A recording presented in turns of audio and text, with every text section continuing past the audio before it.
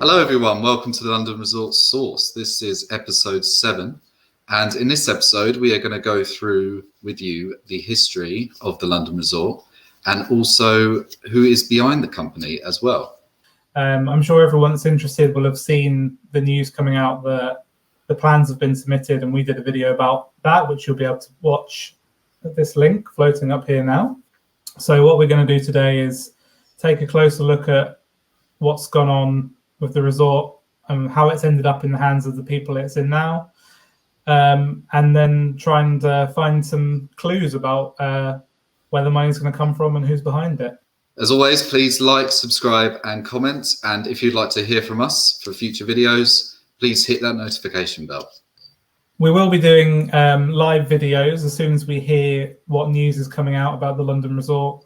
The next big landmark is the 1st of February, when we're due to hear about whether the plans have been accepted to move on to the next stage.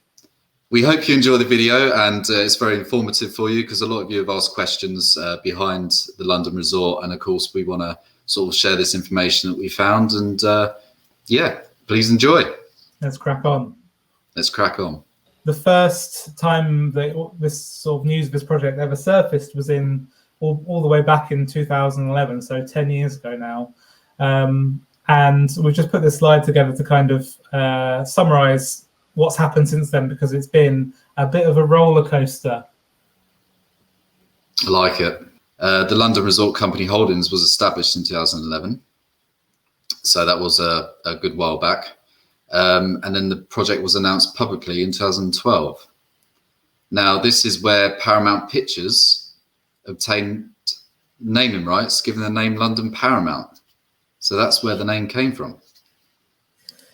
Yeah, I think at the time, Paramount was still quite big in the theme park business. They've since sold off a lot of their holdings, but back in 2012, I think they were still owners of the King's Dominion and Kings Island and Carowinds theme parks in the US. Paramount are still involved with the project, but it's just their name is not going to be associated with the actual name of the park. So it's still good that they're involved, obviously, because they're a big company and they can bring some really good intellectual properties to the park. I guess the next big landmark in the history was in 2013 when the company was purchased by a Kuwaiti businessman. What was his name, Steve? Abdullah Al Hamadi. Yeah, I guess that's probably close enough. Would you agree? Abdullah, if you're watching and we've mispronounced your name, gross apologies. Please, maybe comment with how you're meant to pronounce it, and also subscribe. Thank you. This company is interesting because they seem to have quite a big interest in the greater Ebbsfleet area, which is very strange for a Kuwaiti company to have. But they've actually also bought Ebbsfleet United, who have seen a kind of meteoric rise from when they were bought and money was invested into them. And they're now in the National League South, which is I think, 5th tier of English football. Actually, they did purchase Ebbsfleet United the same year, 2013, as the London Resort Company. So they're obviously, they know there's big investment in that area, and we know that they're still on board. Unfortunately, everything got pushed back to 2019 because of a species of rare jumping spider that was discovered on the land. And actually, this continues to be a bit of a point of concern for the project. There is a charity that's still trying to push for the project to be called off to conserve the spider. But as far as I know, this hasn't hampered the plans further since then.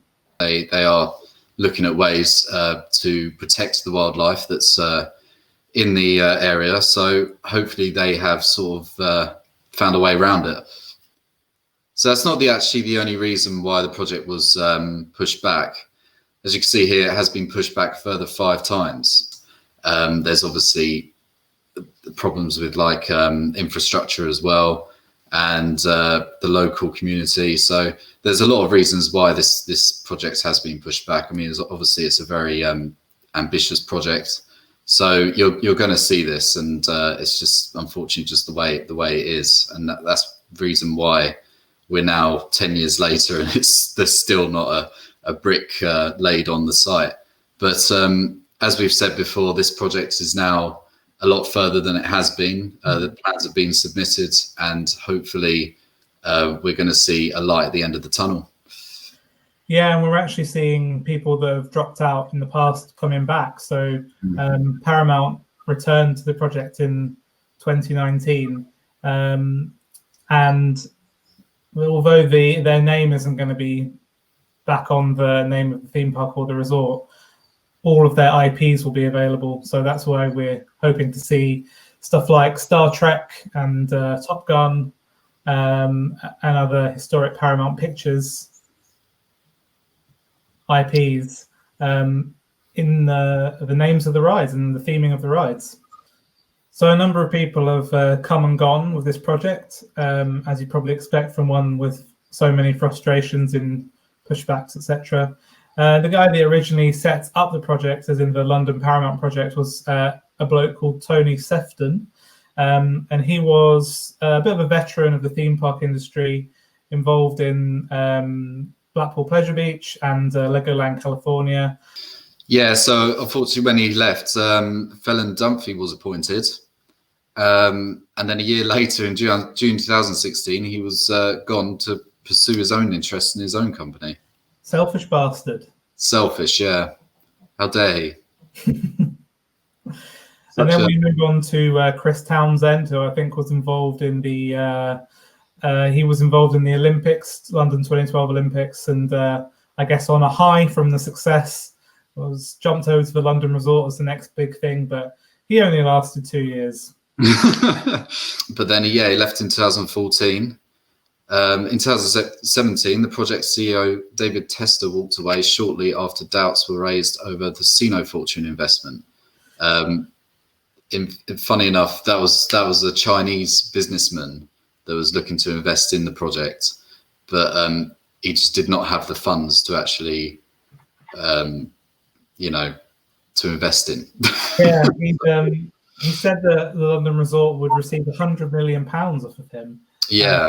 And I think he'd even promised all kinds of money all across the UK, and was pictured with Nicola Sturgeon at some point. And it turned out that he was just basically talking a load of crap, essentially. Yeah, he just ended up investing in this London pub. So it was just, a load of rubbish, as Nick said. I think I said crap. Yeah, but it's a family channel, isn't it? Yeah, fair enough. Yeah, so he was replaced with immediate effect by Humphrey Percy. Now, Humphrey Percy, he lasted maybe about a year or something like that, and then left the project as well. This is just the process that the project has gone through, and I think it happens for many projects of this size. So, so now we go on to who's involved now in the project, which is the most important part. Yeah, let's take a look at the London Resort website to see what they have on there. As you can see here, this is the team that are currently involved in the project, and we've spoken about P.Y. Jabot in previous videos, so we don't really need to explain him. But he's the chief executive of the company, so he's the one who's pulling all the strings, should we say? The next guy, Steve Norris, is an interesting one because he used to be a member of Parliament and a minister, and I think that having Steve on board as chair is going to really help the project with all the nitty-gritty admin stuff they have to get through with the UK government in terms of planning permission and funding and everything else. And here we have Alan Crane. He's advisor to London Resort Company Holdings. He's obviously the guy behind he's a figure in construction industry, so he's obviously got a lot of expertise there. He's worked at very large construction industries companies as well, so he's obviously very experienced, and hopefully he can bring well, this park to life. But all of this is great. These are the people that have been sort of appointed to make it happen. But whereabouts is the money coming from? And that's where we have to start looking at the Kuwaiti investment company that's behind them. So when people were asking about the money that was behind the London Resort, I thought I would take a cheeky look on Companies House, which is obviously where every single UK company has to list its directors and major shareholders and investors, etc. If you go over to the persons with significant control, you can see that this company here, KEH Entertainments, is the has a significant control over the London Resort Company. So that is these guys' company. This is the company that we mentioned earlier that owns Ebbsfleet. In terms of the amount of money that the London Resort has, it's essentially going to be coming from here predominantly. These are the people that have seen worth in the project and are going to try and build it up by investing. But exactly how much money do they have? Well, we can take a look at the company accounting records that were submitted in January. So this is a page in the company accounts that were filed in January for the London Resort, and we can see here that the total equity for the company is standing at £30 million. So, I mean, that's pretty healthy, but obviously only 1/100th of the amount of money that they're going to need, apparently, to build this park. But something that's really interesting that we found in here is that if we scroll down to this page here, we can see that in September 2020, they managed to raise £5 million from sources, but that actually this was matched by the UK government for £5 million. And the significance of that is that, you know, as soon as the UK government gets involved with, you know, giving money to a project, that means that there's significant UK government interest in the project succeeding. So I think that that's quite a positive sign, actually, that the government has already seen fit to, you know, put their faith in this project and match the £5 million with their own £5 million. And hopefully it bodes well for the news we'll receive in February about the planning application. So as you can see here, this is the KEH Group website. This is the Kuwaiti company that we've been talking about, and they're investing into the London Resort. And as you can see here on their website, they have investment in other leisure and properties around the world. But obviously, they're not investing the full amount into the London Resort. There needs to be money from other companies as well. Yeah, and I guess this is the bit that isn't 100% clear at the moment, is where that money is going to come from. Hopefully, when the plans are revealed to us, which we're waiting on, there'll be a bit more detail. We did read an article by Ride Racer, which we'll link in the description, where Andy Martin, the head of comms for London Resort, said he was asked about where the money was going to come from, and he remarked that upon submitting the plans, you need to have basically a full plan of where the money is and how it's going to come to you, because if a business isn't financially viable, then it's not going to be granted planning permission. So we can't share too much more with you at the moment, but hopefully we'll be able to in future videos. So just going back to the slides, these are the companies that are still involved with the London Resort. Obviously, we have Paramount, which we've spoken about before. They're still involved. Just not. It's just not going to be called Paramount London. They're just going to have their intellectual properties. We have BBC Worldwide. They're still involved. ITV, and of course the Kuwaiti business. The businessman or the KEH Group that we've just spoken about. They're involved in the investment. So as you can see here, we'll probably see a lot of BBC, ITV and Paramount intellectual properties at the London Resort, which I think is a real positive. I think they've got some really good series, programmes and films. So it's going to be quite exciting if this does, if the project does go forward. So Steve, taking a look now that you've learned a bit more about the companies behind the London Resort, how optimistic are you that this is actually going to happen now? I'm definitely optimistic about it, but I think at this present stage, we're obviously a bit sceptical of it. This project has gone through a bit of a hard time, really. It's been going on about a decade, but I think at the moment we are now further than we ever have been. They've submitted the plans. They've done that for a reason. Yeah, I suppose the pandemic has not made things any easier. But what I take hope from is the fact that obviously we've uncovered that the UK government have already invested £5 million into the project. We also know the UK government have given a special dispensation for planning, which actually is only usually afforded to huge infrastructure projects of great national importance.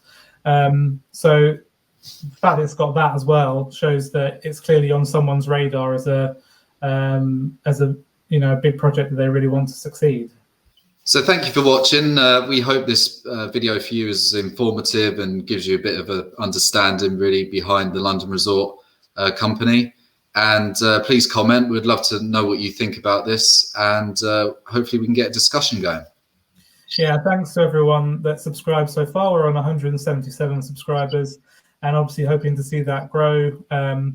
If the plans are accepted, if the plans aren't accepted, then we don't expect anything. But yeah, thanks everyone, and we look forward to hearing your views and see you next time.